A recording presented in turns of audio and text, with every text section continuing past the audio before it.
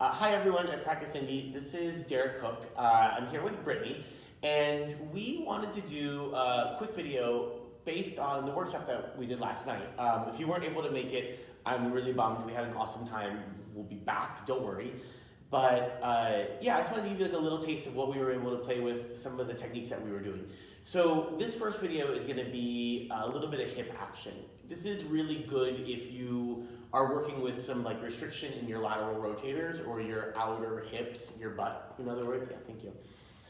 If you're someone who practices yoga, we're looking at things like malasana. We're looking at even some deeper twists.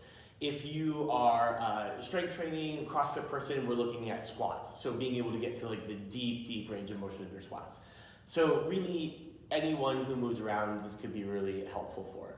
So we've got a couple of our rad roller tools here. We're going to play with two specifically. The rad roller, which is this double round ball.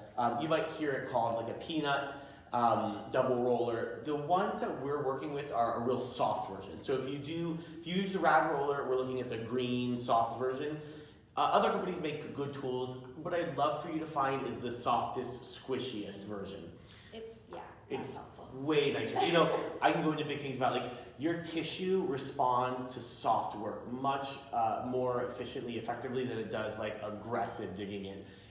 Your nervous system might like the digging in, that's a whole other story, and that's not insignificant, but your tissue itself really loves soft, gentle, slow, easy does it kind of work. The other ball we're going to work with is, thank you, this recovery round that we make at RAD.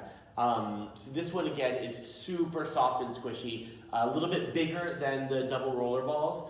You could use something that's a lacrosse practice ball, not a lacrosse ball. Like say, like for the most part, lacrosse balls are not bodywork tools. This is something almost the size of a tennis ball, but we want the like sort of give that this has. So these are the two tools we're going to work with right now. Let me give these back to you. Thank you. What you're going to do is, once you have your tools, you're going to come down towards your back, almost like you were going to set yourself up for a bridge pose. Then you're going to lift your hips up, do a little bridge, and take your double roller. You're going to place it right under your SI joints. So it'll go horizontally, one on the left side of the very top of the butt crack, one on the right side.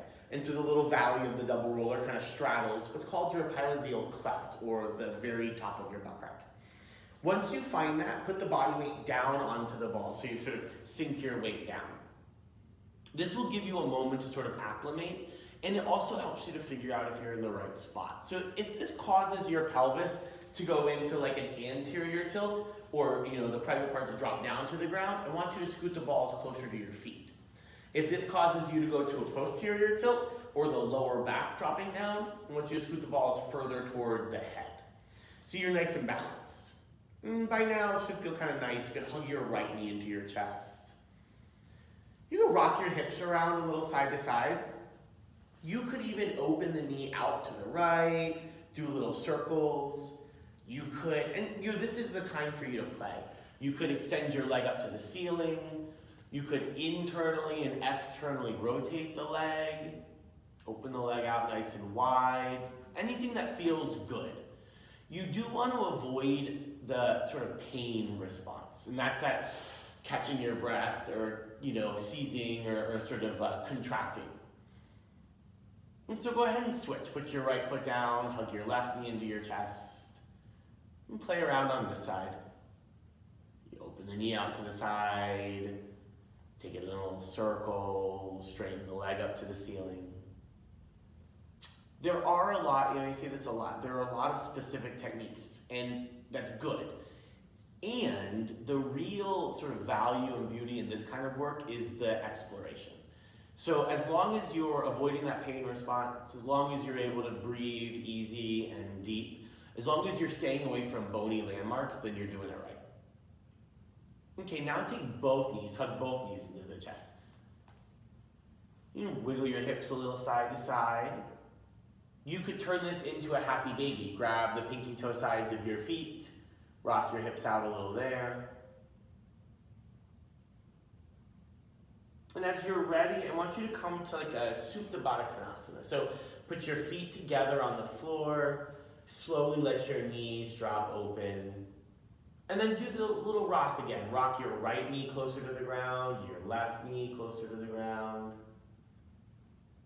You could even do like a little shimmy with your pelvis, with your hips, like hike your right hip up, your left hip up.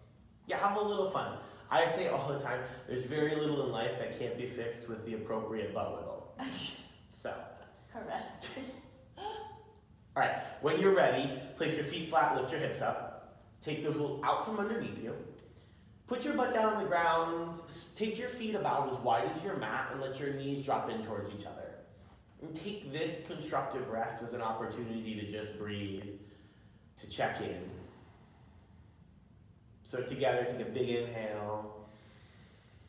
Just a big audible breath out. You can do that for real though. Big breath in. Cool. Let's keep going. Put your feet flat. Lift your hips up. Take your recovery round or your lacrosse practice ball, the squishy one, and you're going to place it directly into your right SI joint. So you just had two balls, and one was in the left and one was in the right. This will be in just where the right one was. It'll be in the top left corner of your right butt cheek, in other words. And then straighten your right leg. You can keep it on the ground. This doesn't have to be hard work. But take your left arm, reach it across your body all the way. And then the key to this is the hip hike. So as you roll to your right side, I want you to like scoot your butt way out behind you. And then roll back to center. Just do that a couple of times. Roll over, pike the hips out, and then roll back. Okay, the next time you do it, stay there. Keep your left foot flat on the ground and your left knee kind of up towards the ceiling. Then what I want you to do is come towards your right forearm. This is going to start to get intense. And at any point you find it hard to breathe easily, then you stop there. You sort of, retrograde your movement a little bit. If it feels like a good idea, try a little like dragging half of a happy baby.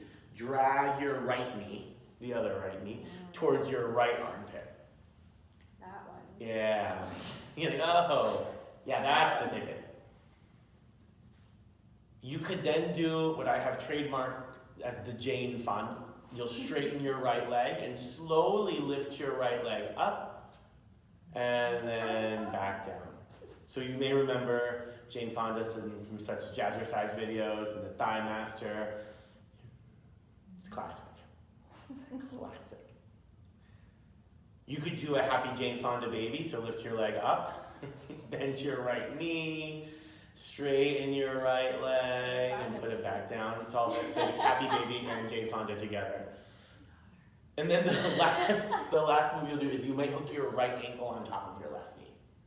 Right ankle on top of left knee. Yeah, and then, butt wiggle.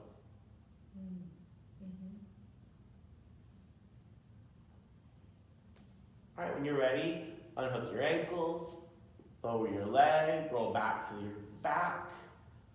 Lift your hips up. Take the tools out from underneath you.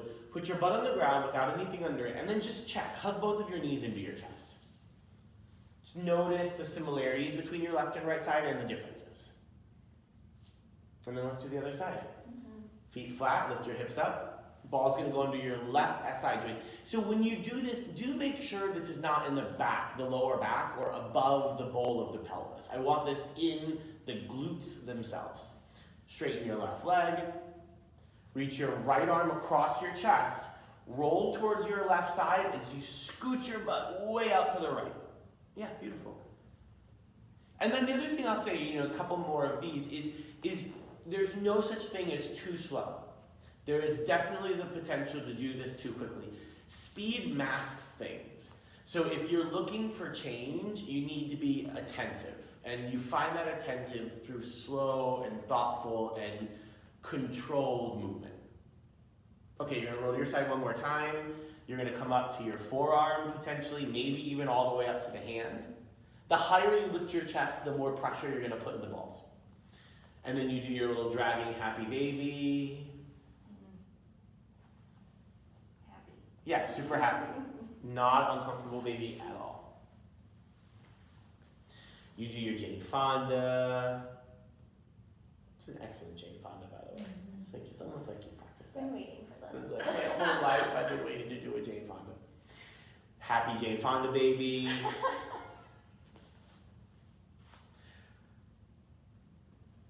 And then eventually you might hook your ankle on top of your knee. I will say too, the ankle on top of the knee, y'all, that is an intense choice.